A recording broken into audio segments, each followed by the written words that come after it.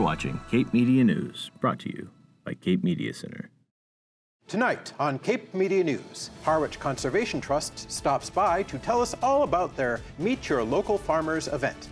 Plus highlights from Yarmouth's Winter Carnival. And later, a recap of this week's town meetings. These stories and more are coming up next on Cape Media News.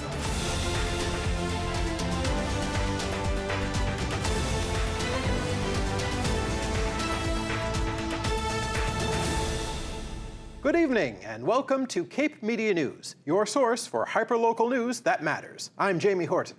And I'm Suzanne Tenaire. A local pre-COVID event is finally making its return. The Harwich Conservation Trust and the Orleans Farmers Market have announced the return of the annual Meet Your Local Farmers event. The executive director of HCT, Michael Locke, stopped by this week with Cynthia Sutphin of Cape Cod Lavender Farm to give us all the details. Take a look. Welcome to Cape Media News. Today I am joined by Mike Locke from the Harwich Conservation Trust and Cynthia Sutphin of Cape Cod Lavender Farm. Guys, thank you so much for being here Thanks today. for having us, Mitch. Thanks for having us. So you have coming up the Meet Your Local Farmers event, which I believe you guys were doing before COVID, but this is now the first time post-COVID that you're doing this event. You're again, right. You're right, Mitch. For several years prior to COVID, Harwich Conservation Trust would co-sponsor the Meet Your Local Farmers event with the Cape and Islands Farm Bureau. And it was free and open to the public. And it was really the largest gathering of farmers and farm supporting organizations from across the Cape. And, you know, as we know, through the pandemic, things paused. And we're just feeling like we have enough space and time now to bring it back. And so it's going to be on Saturday, March 29th. From 10 to 2, free and open to the public. And it's going to be at the gym of the Harwich Community Center, which is 100 Oak Street in Harwich Center. Yeah. Awesome. And what can you tell us about Cape Cod Lavender Farm?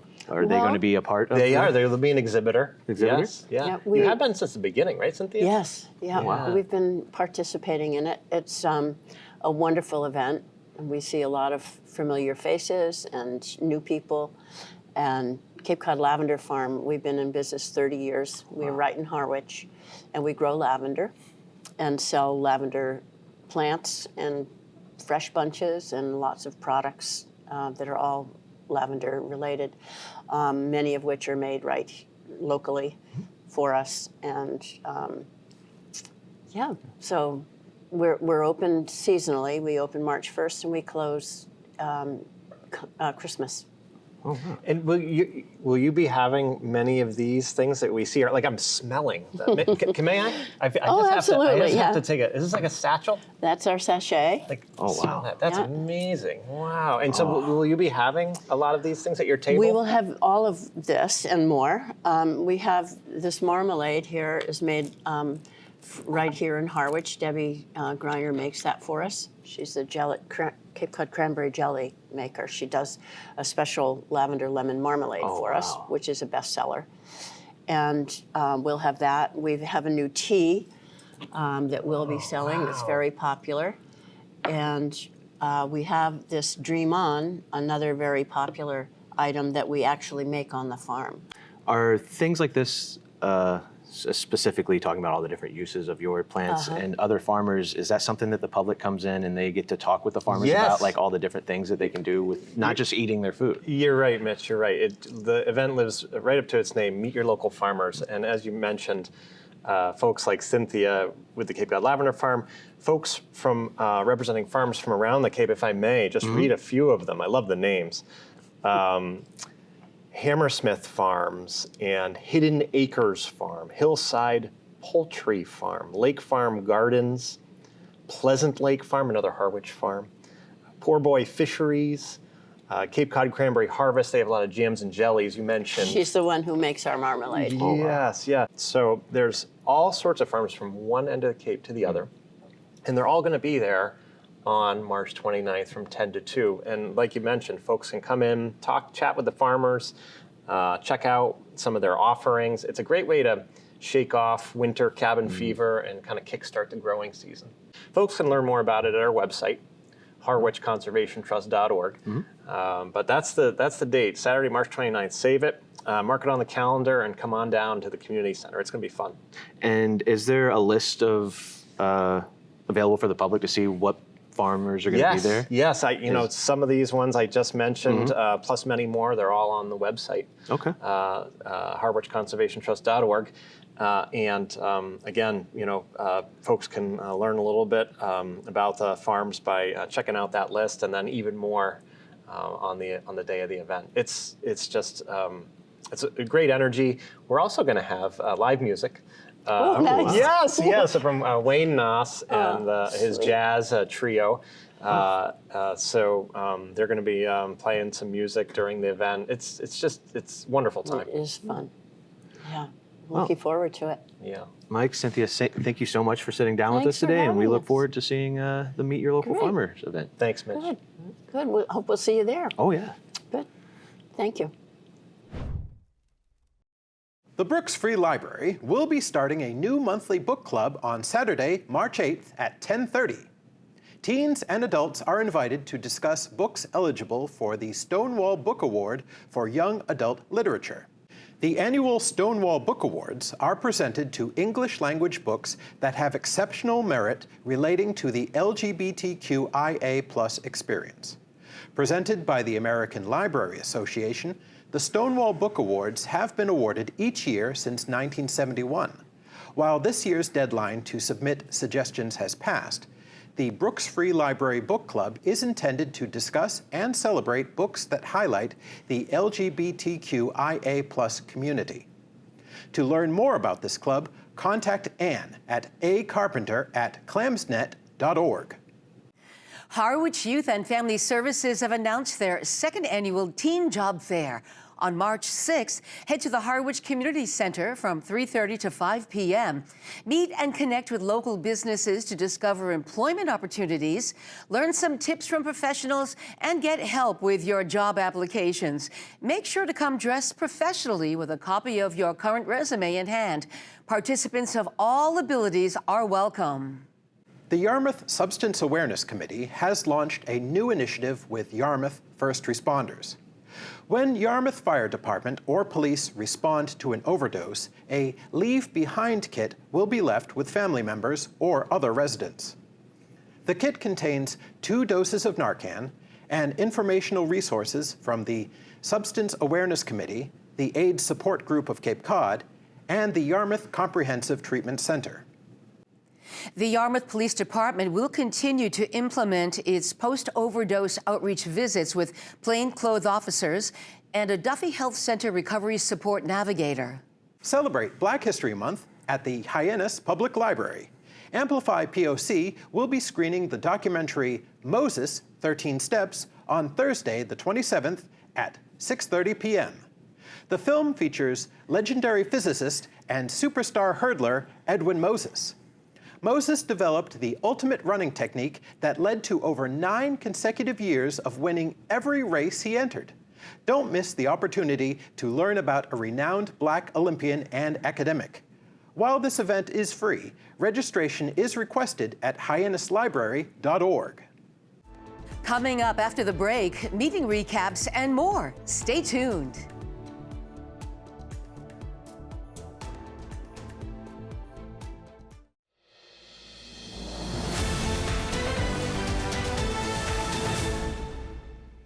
Things have been a little bit slower this week with just Harwich and Chatham holding select board meetings. News Director Mitch Salk has more.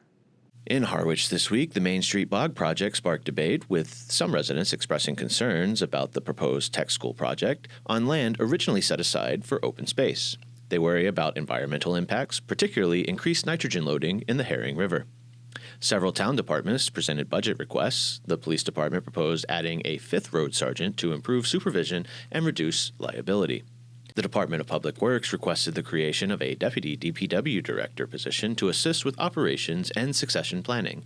The IT and health departments also submitted requests for staff expansions and service improvements. In West Harwich, an offer was made to acquire the West Harwich Baptist Church for preservation. Residents urged the town to take action, emphasizing strong community support for saving the building.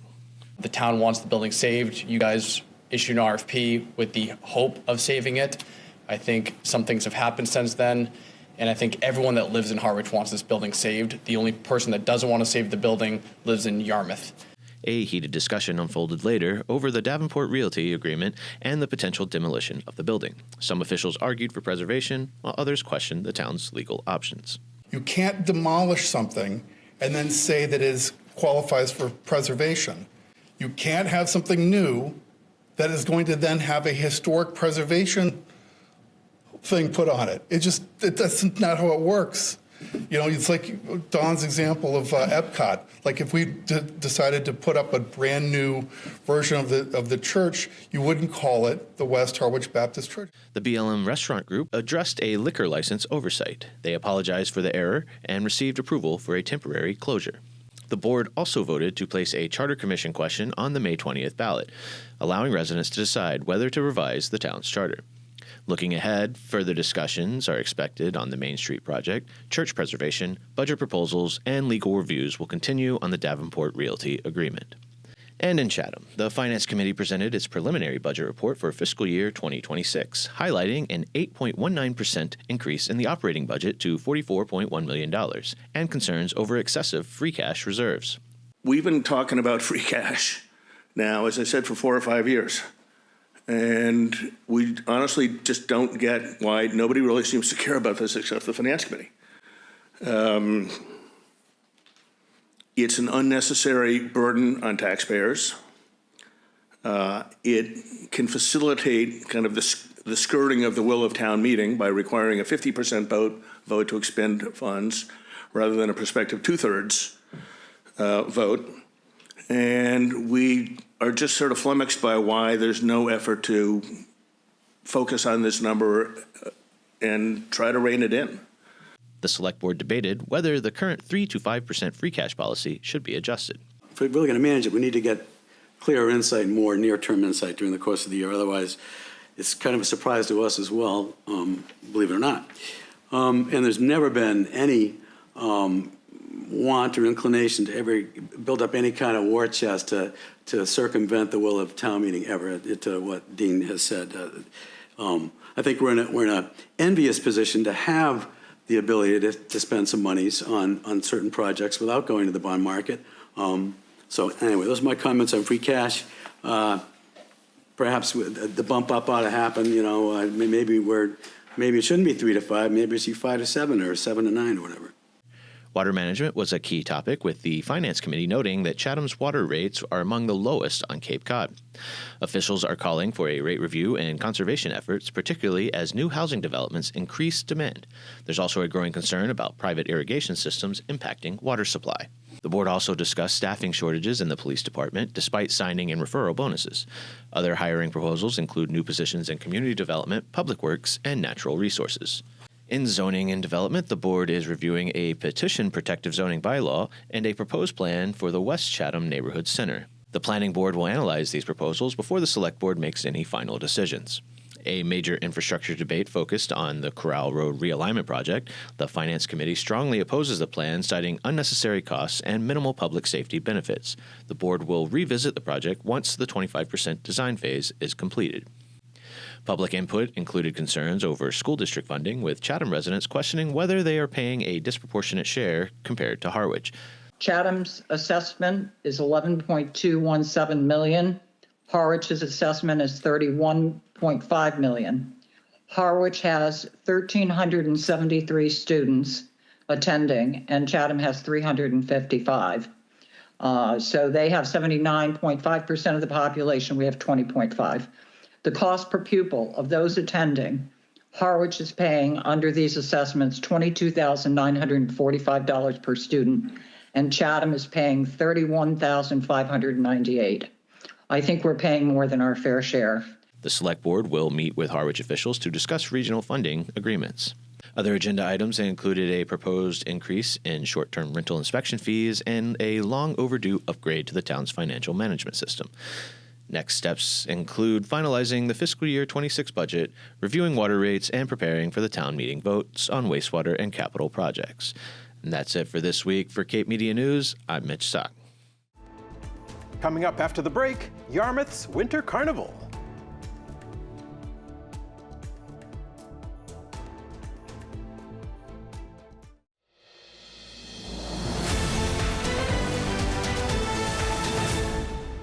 Welcome back to Cape Media News.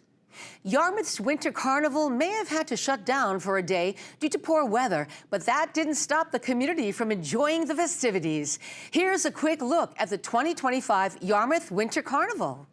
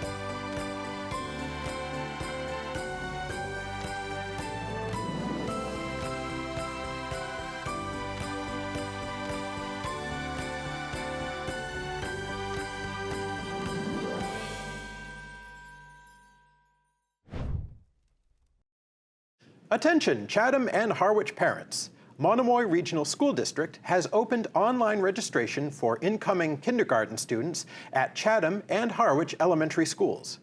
All children residing in either town who reach the age of 5 before September 1st are eligible for enrollment.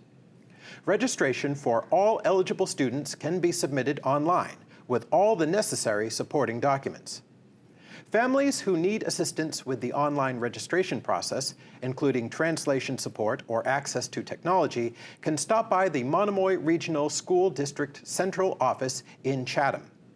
The online registration portal and supporting documents can be found at monomoy.edu. Monomoy Regional School District has recently received international recognition. A video project aimed at promoting the study of computer science at Monomoy High School was awarded Best Educational Video by the AVA Digital Awards. AVA is an international competition that recognizes excellence by creative professionals responsible for the planning, concept, design, and production of digital communication. The Monomoy team created a series of videos to encourage students to sign up for computer science classes, highlighting the benefits of the problem-solving skills learned in class and the career opportunities in the field. This grant-funded project was produced by Monomoy School District's Community Engagement Coordinator, Joy Jordan, Assistant Superintendent for Curriculum, Robin Millen, and Monomoy High School Technology teacher, Rich Aldak. Monomoy High School students were featured in the videos and performed voiceovers. The Chatham Fire Rescue Department is now accepting applications for its Citizens Fire Academy. The Citizens Fire Academy is an 8-week program designed to provide participants with a basic understanding of fire, rescue, and emergency medical operations in the Chatham Fire Department. This program is meant to enhance the participants' knowledge of the fire department's capabilities, day-to-day operations, and activities. Participants will have the opportunity to get hands-on experience. Some topics that will be covered include personal protective equipment, fire apparatus, CPR, first aid and basic medical treatment, dispatch and communications, and so much more. This program will run on Wednesdays beginning on March 26th through May 14th from 6 to 9 p.m. Participants must be at least 21 years of age, able to commit to regular attendance, and pass a background check. Applications are available at the Chatham Fire Headquarters. The towns of Barnstable and Yarmouth are preparing the 5-year consolidated plan for the Community Development Block Grant Program period beginning July 2025 and ending June 2030. The consolidated plan will identify community housing and development needs, presenting strategies to address those needs. Multiple public hearings will be conducted in both towns to collect comments from citizens, public agencies, community organizations, and other interested parties related to the 5-year consolidated plan. In Yarmouth, the first public hearing will be on Tuesday, February 25th at 3 p.m. at the Yarmouth Town Hall hearing room, as well as virtually on Zoom. The hearing will also feature a focus group on Thursday, February 27th at 6 p.m. in Town Hall Room A. In Barnstable, the first public hearing will be at Town Hall on Monday, March 3rd at 6 p.m. in the James H. Crocker Jr. hearing room. The focus group on Friday, March 7th at 1:30 p.m. will be at the Barnstable Adult Community Center in Hyannis. All sessions for both Yarmouth and Barnstable will have Portuguese and Spanish interpretation available. And lastly this evening, Ryan Downs with a recap of This Week in Sports. Welcome back to the Cape Media News Sports segment. I'm your host and local sports guy, Ryan Downs. The basketball playoff brackets will be released tomorrow, but we got 2 games to recap, so let's get right into it. First up, we got the Barnstable boys as they took on Southeastern last Thursday. It was Barnstable's senior night and they played in the Hyannis Youth Community Center instead of the high school. The Red Hawks were led by Gabe Pichardo 16 points and Kwan Dezas 12 points, but they had 10 different players chip in and record a point in the 70-44 win. The game pushed their win streak to 14 games. And at the start of today, Barnstable was 17-3 and carrying a 15-game win streak into the start of the postseason as the number 28th team in Division I.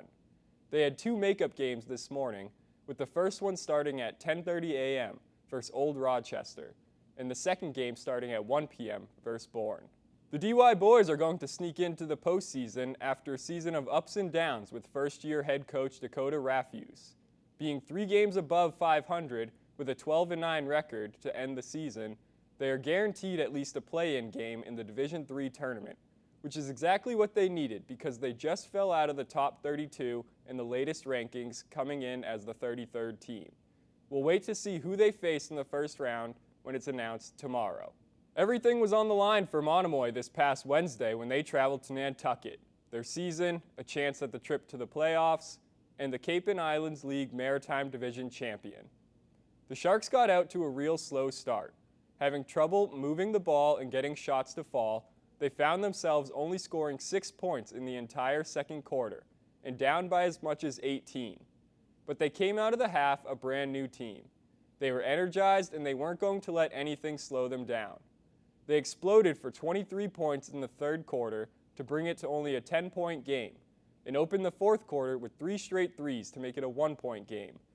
With less than 30 seconds to play, down 5, Jackson Rocco pulled up from 3 to make it a 2-point game. Nantucket inbounded the ball and called for a timeout. On the following play, Nantucket tried to dribble it out, but a jump ball was called, giving Monomoy one last chance to make something happen with only 5 seconds left on the clock. Inbounder is Hyora. 4 seconds to go. It's in Rocco's hand. Rocco fires for the win. It's good! It's good! And Monomoy wins it at the buzzer. 60-59, the Sharks win it. Rocco hits the 3-pointer. And the Sharks win the Maritime Division of the Cape and Island League. Wow, what a finish. And with that shot, Monomoy takes the Maritime Division and hopefully makes the cut to the tournament. It's all in the hands of the MIAA now, as Monomoy is in the hot seat. After starting the season on a 7-game losing streak and having a record of 2-11 at the start of the month, they've done all they can to salvage their season, by going 5-2 in their last 7 games to maybe give them a chance to sneak into a play-in game. They were ranked as the 32nd team in Division IV with a 6-13 record, but that didn't include their most recent and exciting win from this past Wednesday. Moving on to the DY girls, as they had a busy week with 3 games. On Saturday, they went the distance with Mashpee and walked away with a 56-51 final score. Then on Monday, they had a rematch with Bourne, who beat them by only 3 points when they last met in January. And unfortunately, Bourne came away with another win, final score of 49-40. But in that game, Jaylene Pierce scored her 1,000th career point. 2 years after an ACL tear wiped out her sophomore season, she became just the 3rd DY girls player to reach the milestone. Pierce hit the mark on a free throw in the second quarter, and they stopped the game to allow a quick ceremony. Then on Wednesday, they traveled to Durfee for their final game of the regular season. And for the first time all season, the DY girls dropped back-to-back games with a final score of 55-53. The good news is they have already secured a spot in the tournament. It just comes down to the seeding placement for their matchup. Lastly, we got the Monomoy girls, and their season is looking like it has reached its end, unfortunately. They also had an up-and-down season. They got off to a slow start, but really bounced back in January. But after the first week in February, they had an 8-7 record and were the masters of their own fate. They have since dropped their last 5 games in a row, giving them a record of 8-12. And their MIAA ranking has gone with it, as they were once in the top 32 not too long ago, but now sit as the 35th spot in Division IV. And while we're on the topic of Monomoy, the district had their annual middle school versus staff game this past week, where the students emerged victorious.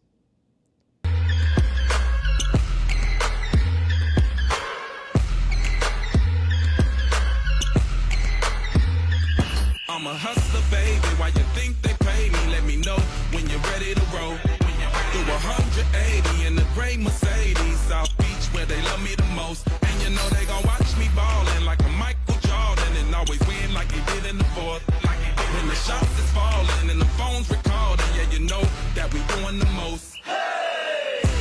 We gon' make it rain, rain, rain, like we won a championship game. We gon' need some more champagne to take it all away. It's about to go down. In a minute, let me touch down. I'ma get it. 'Cause I been waiting all night to make. And that's it for this week's sports update. Back to you, Jamie and Suzanne. Looking for something adventurous to do to finish out February break? This weekend, you'll have 2 opportunities to brave the cold for the sake of charity. Tomorrow at 10:30 a.m., head to West Ennis Beach to support the Cape Cod Marine Corps at their annual Polar Plunge. And on Sunday, join the Great Blizzards of Massachusetts special hockey team at Craigville Beach starting at noon. The festivities are sponsored by Polis Seltzer and will include prizes and fun events. Thank you for joining us this evening. If you have a story you'd like to see covered, send us an email at newstip@capemedia.org. Stay up to date on all the local happenings by following us on Facebook and YouTube. And make sure to tune in every Friday at 5:30 for more hyperlocal news that matters on Channel 26, Apple TV, Roku, and Fire TV. For Cape Media News, I'm Jamie Horton. And I'm Suzanne Tenaire.